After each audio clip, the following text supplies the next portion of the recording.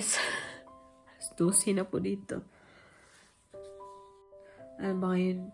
September 3. Kakauwi ko lang po galing sa part-time.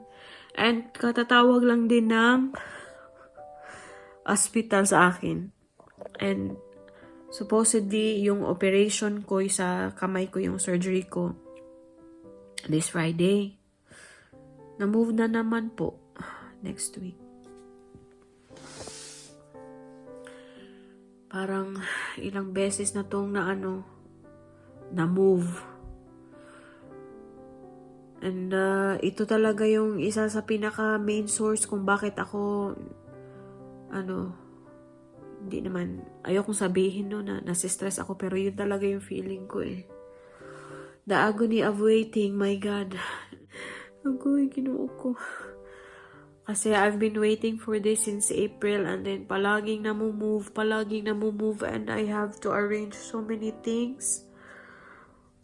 Sa trabaho, sa part-time, sa pag-apply ng trabaho. Ay, Diyos ko. And kay Ana, si Mr. din pala, nakapag, kapag file na ng leave. So, next week, hindi niya ako masasamahan. I hope yung in-laws ko makakasama sa akin dun sa hospital. Otherwise, mag-isa akong punta sa hospital. Ay, naku guys. Mga ganitong bagay ba na hindi natin kontrolado. So, tinext ko lahat ng kliyente ko na naman na next week. Para next week. Dami ko kasing kailangang kausapin ba yung director ng school, yung mga kliyente ko dito. Tapos yung yung school niya, yung in-laws ko, yung schedule nila. Tapos si Ruth pa. Tapos palagi na po ako nag-prepare kasi nakaka-frustrate naman to eh.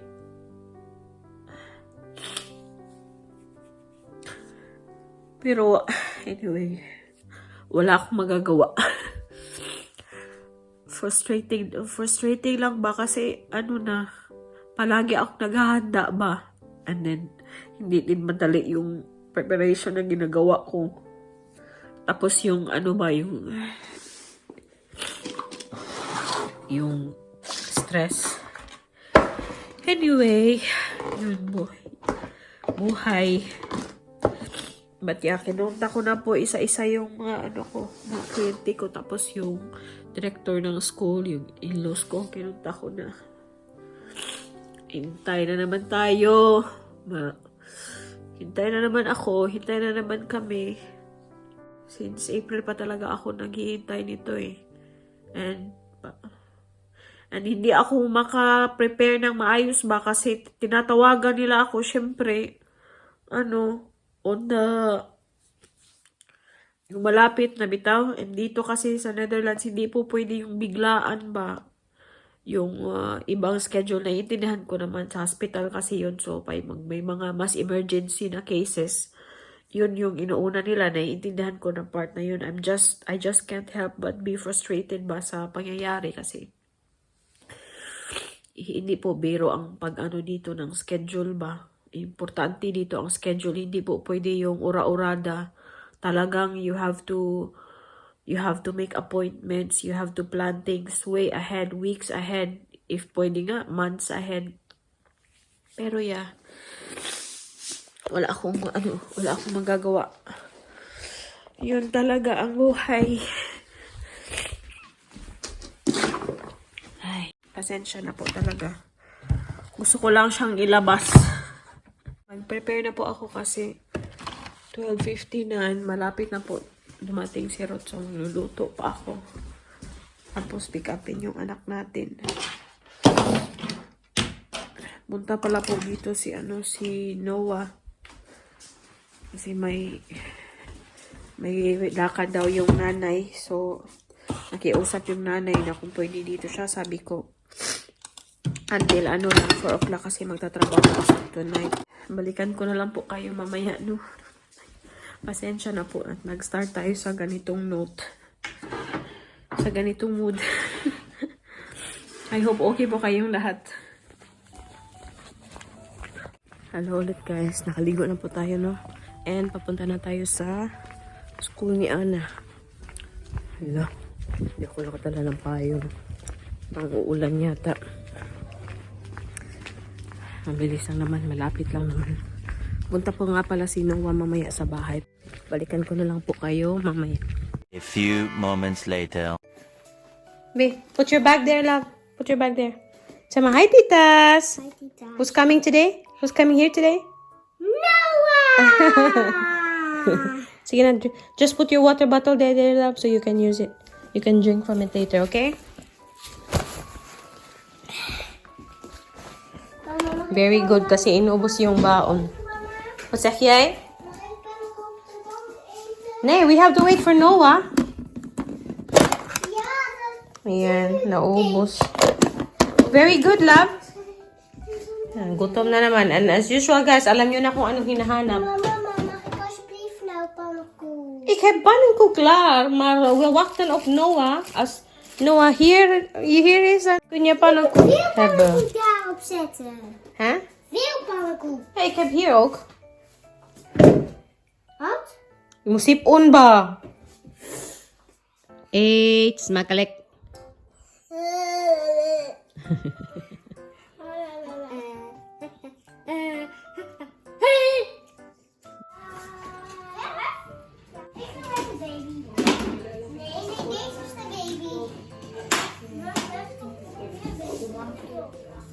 Yan, yung dalawa naglalaro pa din. Ano na dito? 3:10 ng hapon. And ito, yung leftover nila. Kain din ako. Kain! One eternity later.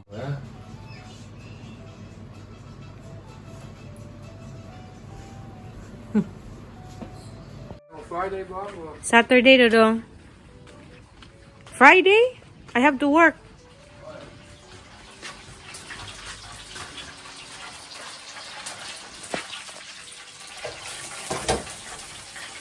Dito ako sa ano namin guys, sa shelter namin kasi andito yung deep fryer namin. Pasensya nyo na, hindi maayos pagkakalagay dyan. Dito namin nilalagay yung aming deep fryer.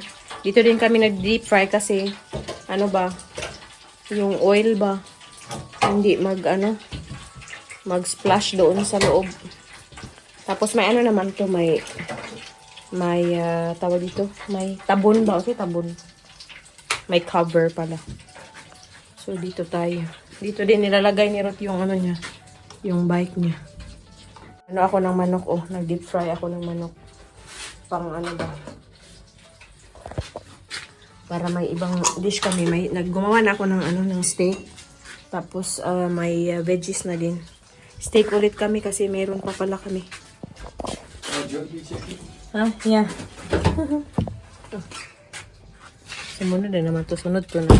Why are you always following me around? I was thrown trash away because you don't do it. I have to do everything. You know? Bagunti ka? Or do everything ka Everything dyan? after you. Buddy, ay? We're gonna eat. This is our food. Yan. Kain na kami. Yan po yung dinner namin ni Ruth. Doe wel eens kijken, ja? Ja? Sama, eat smakelijk. Smakelijk.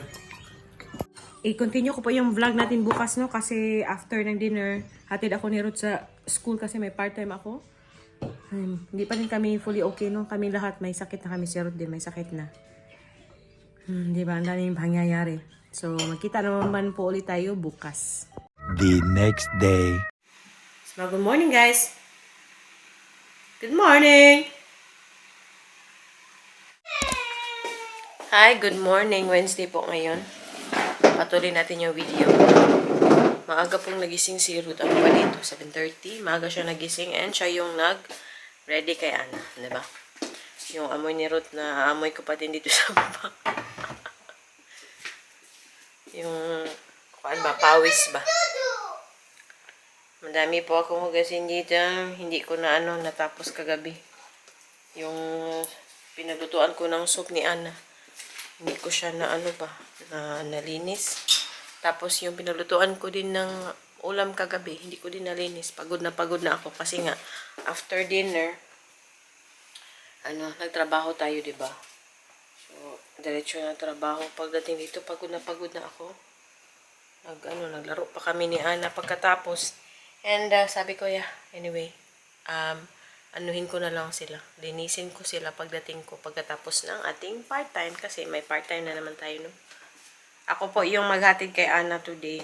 Sabi ko kay Ruth, usually siya talaga yung, or everyday, siya talaga yung naghatid kay Ana. Ako yung taga-sundo. Pero today, kasi maaga siyang nagising, so he can take his time back. I think yun eh. He'll take a bath na naman. Naman yun, maglublob sa bathtub. Hindi po kasi ako mahilig maglublob. Dati, tinatry ko siya lalo pag winter, kasi nga sobrang lamig, di ba? Chika na naman ako ng chika. Kailangan ko palang ng tubig. Ng tubig. Kahapon pala, pasensya na po kayo, no? Kung nag-start tayo na medyo, medyo drama yung ating start ng video kahapon, no? Or sa vlog na ito. Pasensya na. Pero, anyway, wala akong magagawa. Yun na talaga yun. By the way, naligo na po tayo, no? And then, magsi-skincare lang ako.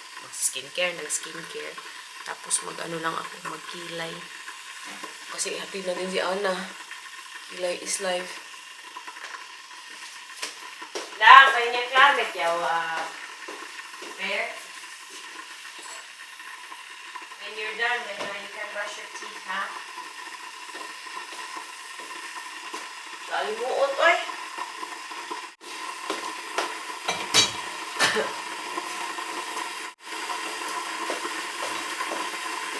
Ito pala yung iniinom ko ngayon, para sa, natin, sa ubo. Kasi inuubo na ako. May sipon pa din. Dala ko to galing sa Pilipinas, yung lagundi ba yun? Lagundi leaf. Alam nyo, first time kong uminom ng lagundi, or nakasanayan kong uminom ng lagundi kasi yung ex ko na Pinoy ba, siya, tawag ito, yung mama niya, pinapadalhan kami dati ng ganito, pag uwi ng Cebu, kasi taga Leyte sila, taga Ormo. And then, bait-bait, by the way, ang bait-bait ng nanay ng ex na yun sa akin. Super bait ng parents niya sa akin. But anyway, yun yung naalala ko. Nagpapadala siya ng ganito na gamot. So, yun na din yung nakasanayan ko na inamin pag na inuubo ako, lagundi. I'm not sure if she's watching, pero tita, hi. If you're watching, kumusta? May mga naaalala tayo sa nakaraan. Char langs. Yung lang naman, yung lagundi. Inom tayo. Pagkatapos ko mag-breakfast, inom ako. These days po, pag ako puyat, or pag may sakit, or meron ako, hindi po ako nagpa-fasting. Hindi din ako mag-fasting this week. Kasi may sakit tayo. Ana? Banyak lamit, yawa. Pair.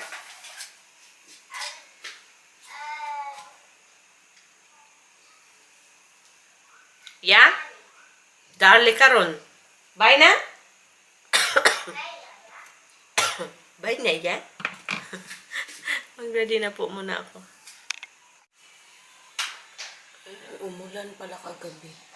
Ngayon medyo gloomy yung ating panahon. Ito na po yung natin breakfast. Ayan, may toast tayo dito. Avocado. Tapos may kape ako dito. May 10 minutes po ako para kumain. Ay, 7 minutes na lang pala. Ay, mga 7, mga 10, 12, ganyan. Kasi yung alarm ko, 8 o'clock. Si Ana kasi natin namin mga 8:15. Kasi hindi pa naman open yung school. Hindi pa sila pinapapasok ba.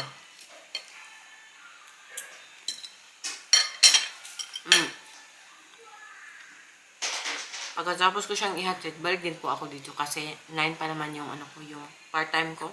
Balik ako dito sa bahay kasi for sure hindi ko matatapos yung kape ko. Tapos natin.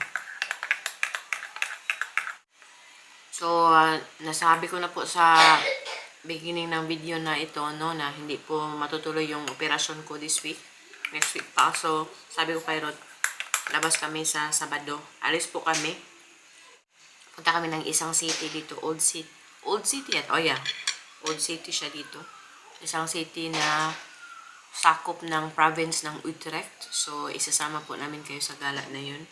And hindi ko na nagagamit itong vlogging camera ko. So, ano po natin, gamitin po natin doon sa ating paggala kasi mas clearer and mas better yung quality ng syempre no, pag vlogging camera compared sa aking cellphone no. Kasi these days, cellphone talaga yung gamit ko kasi madali lang ba.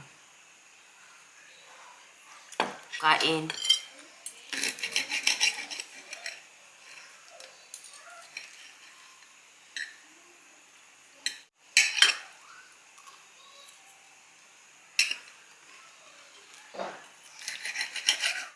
Bukas din, hindi ako makakapunta sa Dutch lesson ko. Kasi, i-pick up ko si Ana kasi may lakad yung mama ni Rod. So, walang mababantay kay Ana. Nahiya po akong dalhin siya doon kasi last time. Mga 1 oras lang kami doon nung dinala ko siya. So, yeah, hindi po ako makapunta bukas. Tapusin ko na lang po muna yung ating breakfast and then, balikan ko po kayo mamaya. Hatid ko na si Aling Maliit.